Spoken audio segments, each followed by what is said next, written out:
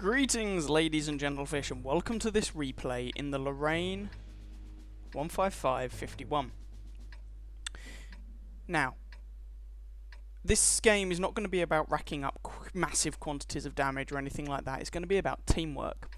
The IS-3 has just told us he's going to go to G1 to spot if he makes it.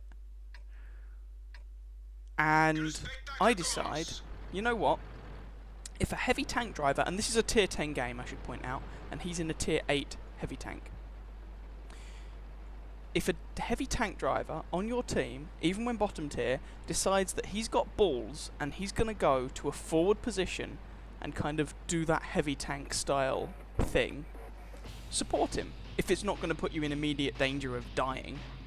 And you know what? I'm an artillery piece. It's not going to put me in immediate danger of dying, so I'm going to help this guy. This will be mutually beneficial. He's going to go forward to G1, he is going to light up targets for me to shoot. I therefore am going to get damage, he is going to get spotting damage, everybody is happy. So, I'm just going to pre-aim over here and wait for the targets to light up. And what you need is a coordinated team. Now, in random battles, in World of Tanks, often you're not going to get that. But a coordinated team of average players is better than 15 individual unicorns. And this is almost especially true of artillery players, because your tank is not right up, first targets come up, E50. Your tank is not right up with your team. They don't know what you're doing unless you tell them. And now, in this version of the game, the nice little shortcuts are so useful for just letting your team know what you're doing. And there wasn't a good shot on that E50.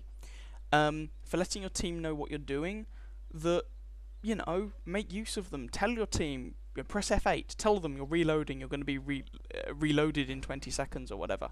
IS-8 back here, I have a shot on him, right then. Tell them, I'm attacking this IS-8. If nothing else, it lets your team know that you're doing something.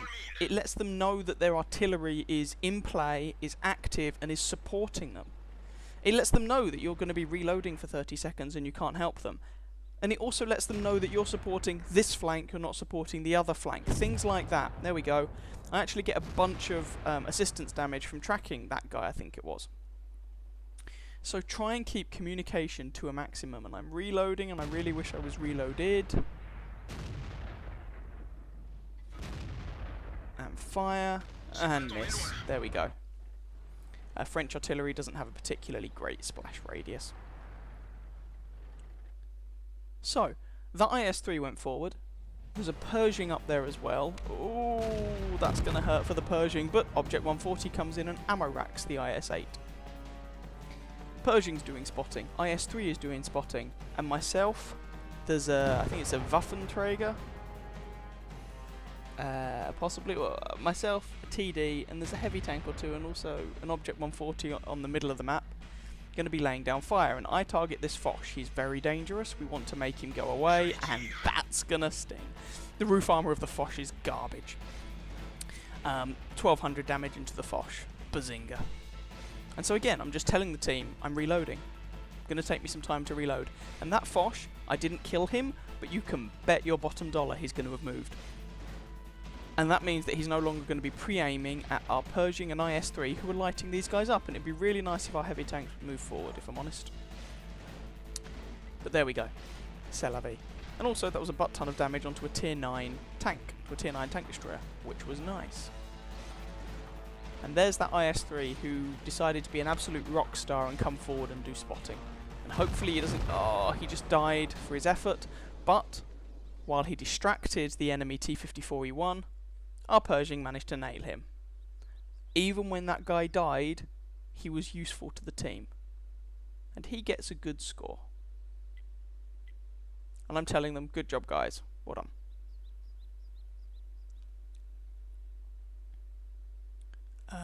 And also letting them know there's a Foch there. One of the main advantages of artillery is you get a top-down view on what's going on.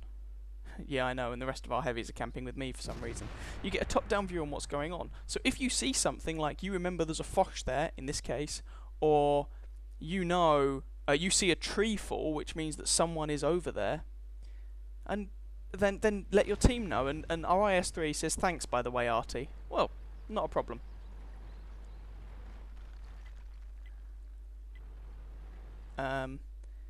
It feels good to have conventional tanks, tank destroyers, artillery working together. That's how this game is supposed to be played.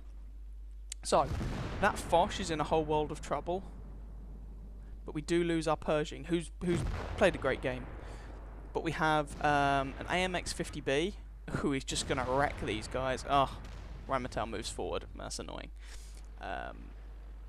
Sorry, not an AMX 50B, an M103.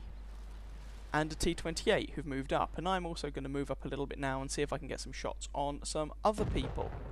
They lose their Indian Panzer, their AMX 50-100. And it's worth pointing out, you're only seeing... I say to the IS-3, sorry, and the Pershing, thanks for giving me targets to shoot. You only see one side of this map, but the guys in the town played a good game too. I did a great job. And we have a shot at him. We might have got some splash damage.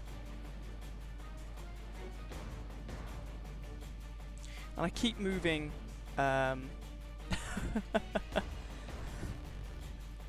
Apparently our IS-8 was not being very helpful. I keep moving between shots just to stop their artillery shooting me, basically. And there's that E50M from earlier on that I wasn't really able to shoot then.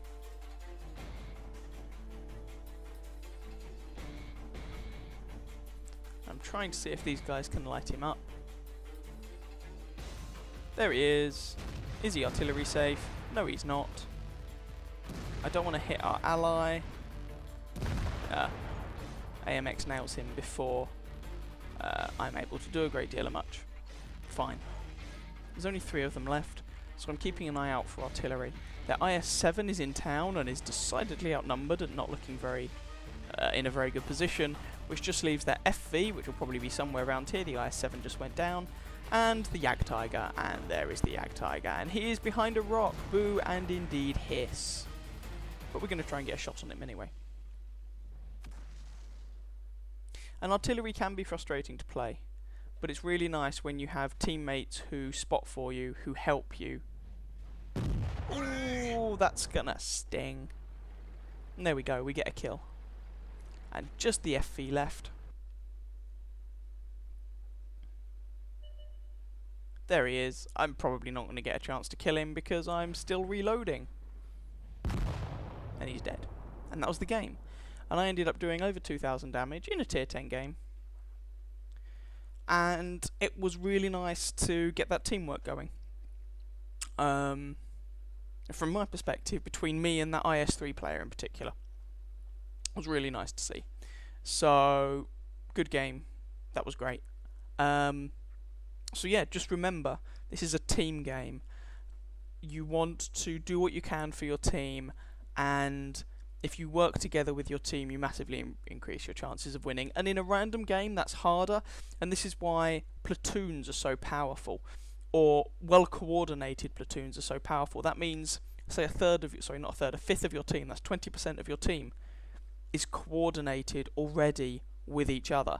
And especially if they're top tier and in very powerful tanks, they can have a massive impact on the game. And if they're good players themselves, they can be almost unstoppable.